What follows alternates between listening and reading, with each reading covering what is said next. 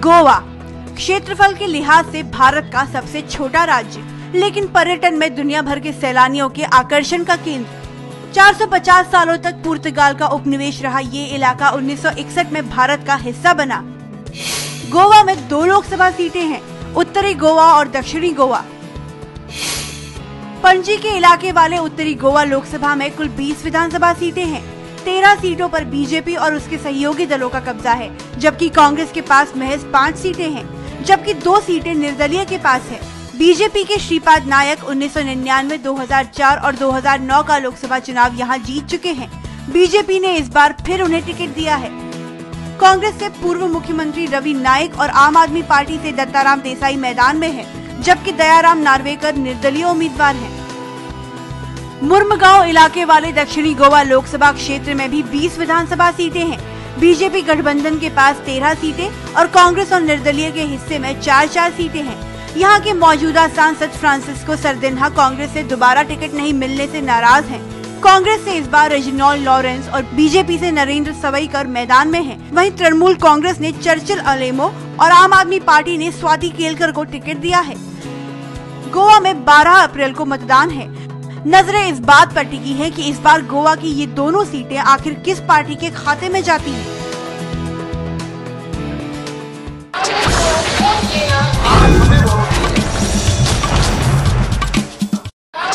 अब तक आपने देखी कौन बनेगा प्रधानमंत्री की 154 नुक्कड़ बहस। आज देखिए 155वीं नुक्कड़ बहस। कौन बनेगा प्रधानमंत्री की नुक्कड़ बहस में आपका स्वागत है। मैं हूं इस समय गोवा में। गोवा में 2 सीटें हैं। दोनों ही सीटों पर इस बार प्रतिष्ठा का जंग इसलिए बना हुआ है क्योंकि एक सीट है कांग्रेस पार्टी के पास, एक है भारतीय जनता पार्टी के पास। यह है मांडोवी रिवर। यहां पर पर्यटक हजारों लाखों की संख्या में आते रहते हैं और सुंदर बीचेस के लिए पहचाने जाने वाला गोवा नरेंद्र मोदी के लिए हमेशा से लकी साबित हुआ है। लेकिन क्या अब की बार भारतीय जनता पार्टी अपनी सीट रिटेन कर पाएगी और क्या कांग्रेस अपनी सीट रिटेन करेगी? माइकल लोबो हमारे साथ मौजूद हैं, भारतीय जनता पार्टी के विधायक, और साथ में है जितेंद्र देशप्रभु जो कि स्पोक पर्सन है कांग्रेस पार्टी के और पूर्व विधायक रह चुके हैं। माइकल लोबो जी, बताइए क्या होगा उत्तर गोवा का हाल? उत्तर गोवा लास्ट 3 टर्म्स 15 साल से हमारे पास है, भारतीय जनता पार्टी के पास है। और जो हमारा लीडर है मनोहर जी पर्रिकर और हमारा एमपी, सिटिंग एमपी है Shripad Babu Naik, he is a very simple person, irrespective of religion and caste. All people from Goa, Catholics, Hindus, Muslim, respect him. They go to him to get their works done. क्या कहेंगे 3 term से ये seat आपके पास नहीं है उत्तर गोवा की, पणजी जहां पर हम हैं? वही वजह है कि ये सीट कांग्रेस को इस बार हासिल हो ही जाएगी। बीजेपी का गणित मुझे पता नहीं, वो गणित में थोड़े से कच्चे हैं, बहुत सालों से वो गणित कर नहीं चुके हैं। तो यही वजह है कि वो समझ नहीं पा रहे हैं कि उनके खिलाफ कितना माहौल बना हुआ है। एक तो ये शख्स ने कुछ किया नहीं, कोई कहते हैं रोड्स बनाए, कोई कहते हैं स्कूलें बनाए, लेकिन कभी देखी नहीं ना कि यहाँ पर कुछ 15 साल में ऐसी कोई चीज़ हुई कि जहाँ बीजेपी के लोगों के लिए कुछ सुहाना ये इस वक्त का सफ़र होगा। क्या काम नहीं हुए हैं? रवि नाइक ने फुलना में वो हार गया है। वो पहला इधर नॉर्थ में जीत गया था। वो टाइम पर 427 सिर्फ वोटिंग उसको लीड मिला था। वो टाइम पर बीजेपी का काम नहीं था। अभी हमारा बीजेपी का काम बहुत है। हमारा अभी तक 21 एमएलए है और होल नॉर्थ और साउथ में हमारा दोनों सीट आएगा। क्या यहाँ पे स्टेट गवर्नमेंट ने कुछ काम किया है? स्टेट गवर्नमेंट में उतना नहीं हो रहा है, कुछ सब ठप है, माइनिंग बंद है, सिर्फ जो आप देख रहे हैं कैसीनो वो चालू है और गोवा में कुछ नहीं हो रहा है। क्या गोवा में काम हो रहा है? तो 3 टर्म्स आप जीत के ऐसा कोई दिखना चाहिए कि नहीं आपने किया है कुछ, ऐसा कुछ दिख ही नहीं रहा कि उन्होंने कुछ किया हो। सिर्फ आप जीत के और अच्छे आदमी, मैं भी जानता हूँ कि अच्छे आदमी इसका मीनिंग ये नहीं है कि वो कि हर बार जिता के लाए उसको। नरेंद्र मोदी का जादू चलेगा या राहुल गांधी का? जो शख्स झूठ के बुनियाद पे खड़ा रहता है वहां जाके इनको मैं सलाह दूंगा कि भाई गुजरात में चले जाओ और देख लो वहां क्या है, क्या डेवलपमेंट की बात हो रही है। आप जो डेवलपमेंट गए, कांग्रेस सरकारों ने इतनी डेवलपमेंट की है जिससे गोवा को पहला राज्य करके पुकारा गया। हर कोई पैरामीटर में पिछड़ा हुआ है गुजरात है, और ये जो मोदी का स्वप्न ही रहेगा। बस सारे लोगों को जब खत्म कर दिया मोदी ने, तो हिंदुस्तान के लोगों को रखेगा। नरेंद्र मोदी गोवा में हमेशा लकी साबित रहा है, अब की बार लकी होगा?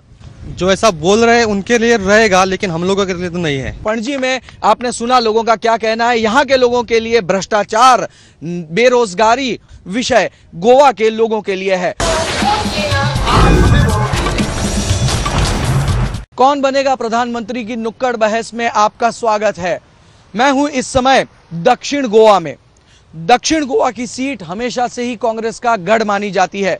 यहां पर 1999 का चुनाव छोड़ दें तो भारतीय जनता पार्टी की इस सीट पर कभी जीत नहीं हुई। हमेशा से ही कांग्रेस पार्टी इस सीट पर जीतती आ रही है। अब की बार क्या यहां पर उलटफेर होगा? मैं आपको बता दूं, यहां पर महज 5 लाख वोटर्स हैं। एक छोटी कॉन्स्टिट्यूएंसी में से ये एक कॉन्स्टिट्यूएंसी है। मेरे साथ है इस समय अल्टीनो गोम्स, जो कि गोवा कांग्रेस के सेक्रेटरी हैं। साथ में ही है फलदेसाई जी, जो कि भारतीय जनता पार्टी के विधायक हैं और साथ ही दक्षिण गोवा के अध्यक्ष हैं। अल्टीनो गोम्स से शुरुआत करेंगे। अल्टीनो जी, क्या कहेंगे, क्या परिस्थिति है दक्षिण गोवा की इस बार? We are very strong here in South Goa. This is our constituency and we have a very young and dynamic candidate, Reginald Lorenzo, and we are sure of winning this with a very big margin. Sardesai जी, ये बताइए क्या परिस्थिति, उलटफेर, क्या परिस्थितियों में बदलाव है यहाँ? यहाँ पे पिछले इलेक्शन में तो हम सिर्फ 12,000 वोट से हारे थे, और अब की हमारी सरकार है। हमारे सरकार में पिछली बार हमारे पास सिर्फ 6 विधायक इस साउथ गोवा में थे। अब तो देखा गया तो 20 में से 15 लोग हमें सपोर्ट कर रहे हैं, हमारी खुद के 9 है। और जिस तरीके से कम्युनल और सेक्युलरिज्म को बढ़ावा दे रहे, लोगों को पता चल गया है कि कांग्रेस क्या है। आखिरी वक्त पर आता है कि कम्युनल सेक्युलर करके वोट निभा दिए।